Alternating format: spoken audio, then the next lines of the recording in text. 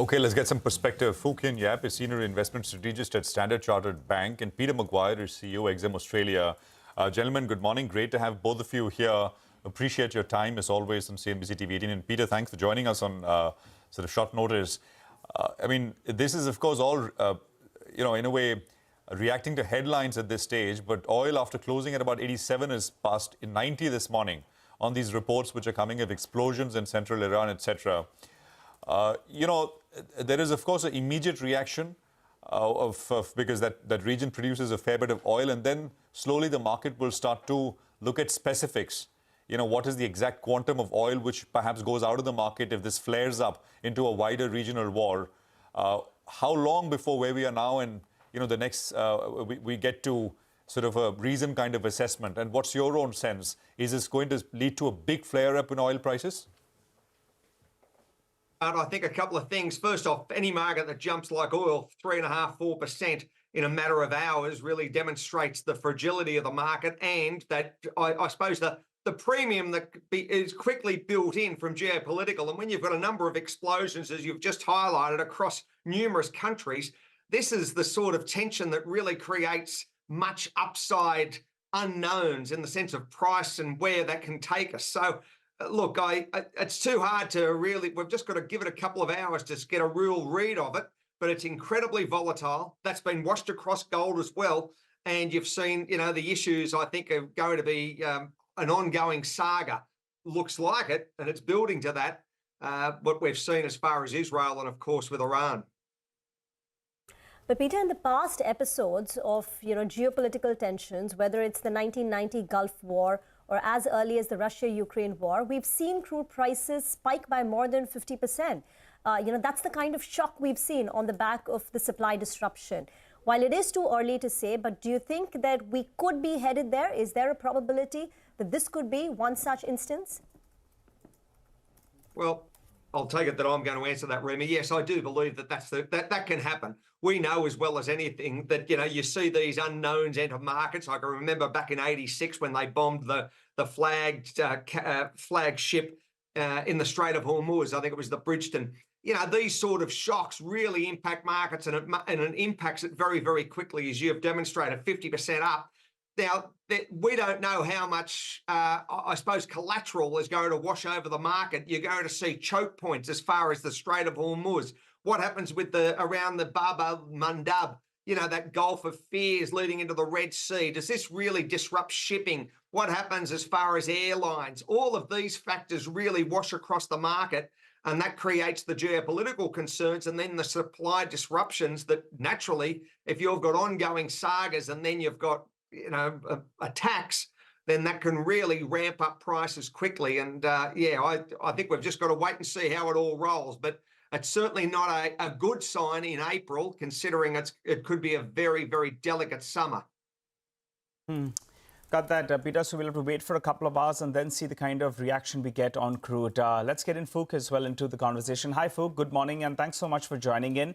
Well, in the past, you've mentioned that you're fairly optimistic on India's prospects, but valuations were a concern. Now we're seeing a bit of a pullback, and maybe we could see a couple of percentage points more pullback on the Indian indices. Will it be a good time to get in? And does India continue to remain one of your top markets? Indeed, it is. We do see India as a buying opportunity right now. We have a view now to buy India large caps. The pullback has presented an attractive opportunity in our view. We're going to be watching. Globally, I think we're watching the geopolitics, and as you say, historically, it tends to be short-lived. And of course, if there's a protracted impact on the oil price, I think that is when it will channel into impact on the wider economy and global assets. But in terms of India, of course, as well, is watching the oil price because it's a net importer of oil. It's very important to them. But we do see the elections proceeding as expected. There's going to be continuity in the government. Growth remains very strong. We think that is attractive. So we do have a buy view now for India large caps. We think it is an attractive opportunity. Fook, you want to name a couple of these names that you're looking at? Because you've mentioned that, yes, large caps is what you like from India. A few names that you're looking at? No, I wouldn't be able to mention single stocks, actually, if you understand, just for regulatory perspective. Yeah, but we do like the large caps. And I said we do like some of the sectors that are like industrials, consumer discretionary. But at the same time, we would balance it with a bit of barbell approach, liking healthcare as well. Fook, in the past, most geopolitical episodes have been buying opportunities, right? When does it not become one? How do you understand if... It's going to be a very important thing, and that's going to be helping you to grow wealth over time. I mean, in terms of timing the bottom, this is going to be very, very difficult for us to add any value there. Peter, where do you see, I mean, you've done this long enough and you've seen various conflicts, etc. It's an election year in the US as well, right? And US consumers don't want to pay higher prices. Although one can argue and say that US is self-sufficient now. They're not importing anything. I mean, they're net exporters, I think. Correct me if I'm wrong. But yes, I mean, they're... Yeah, Sorry. Go on. How does all of that sort of play in with how the US is going to intervene, if at all?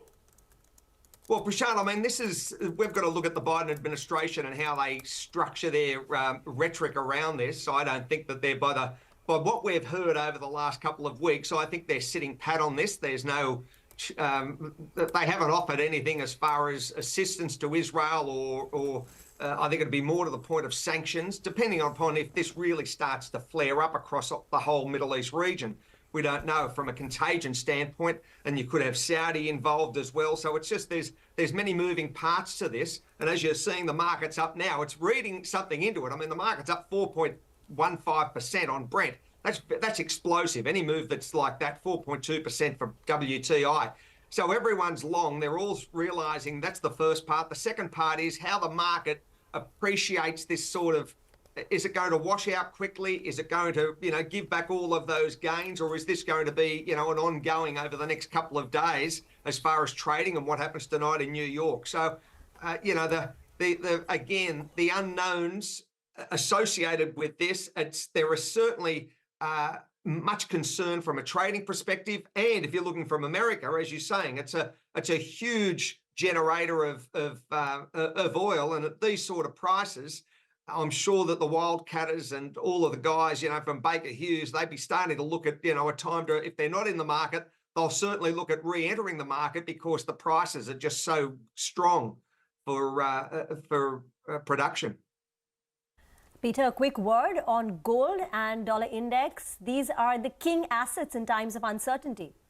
Absolutely, Reema. I mean, gold's sitting at all-time high. It's probably 24.30, 24.35 at the moment. It's incredibly strong. Silver's up as well. All the base metals are up, and gold and oil, dollar index sitting at around about 106.30. I think there's probably more upside for dollar index in the short run. That'll be a flight to safety in some ways. I think the currencies will be a little bit further crushed to the downside: euro, yen, pound, and Aussie dollar, and associated currencies. But stronger US dollar, stronger gold, and by the looks of it, stronger oil in the short run. And between the two precious metals, gold and silver, what would the preference be at current levels? I think, Nigel, I'm more bullish for silver. I think there's more upside for that because you've been under investment for the best part of a decade or 2 decades. So the huge demand. I think silver's got, as I mentioned, incredible upside, but you can't discount gold. I mean, have a look at what, China, India, and Turkey are the 3 hottest central banks buying gold. Their purchases are just off the charts, and I don't think that appetite's going to wane anytime soon from central banks, buying gold, and they're storing it like there's no tomorrow.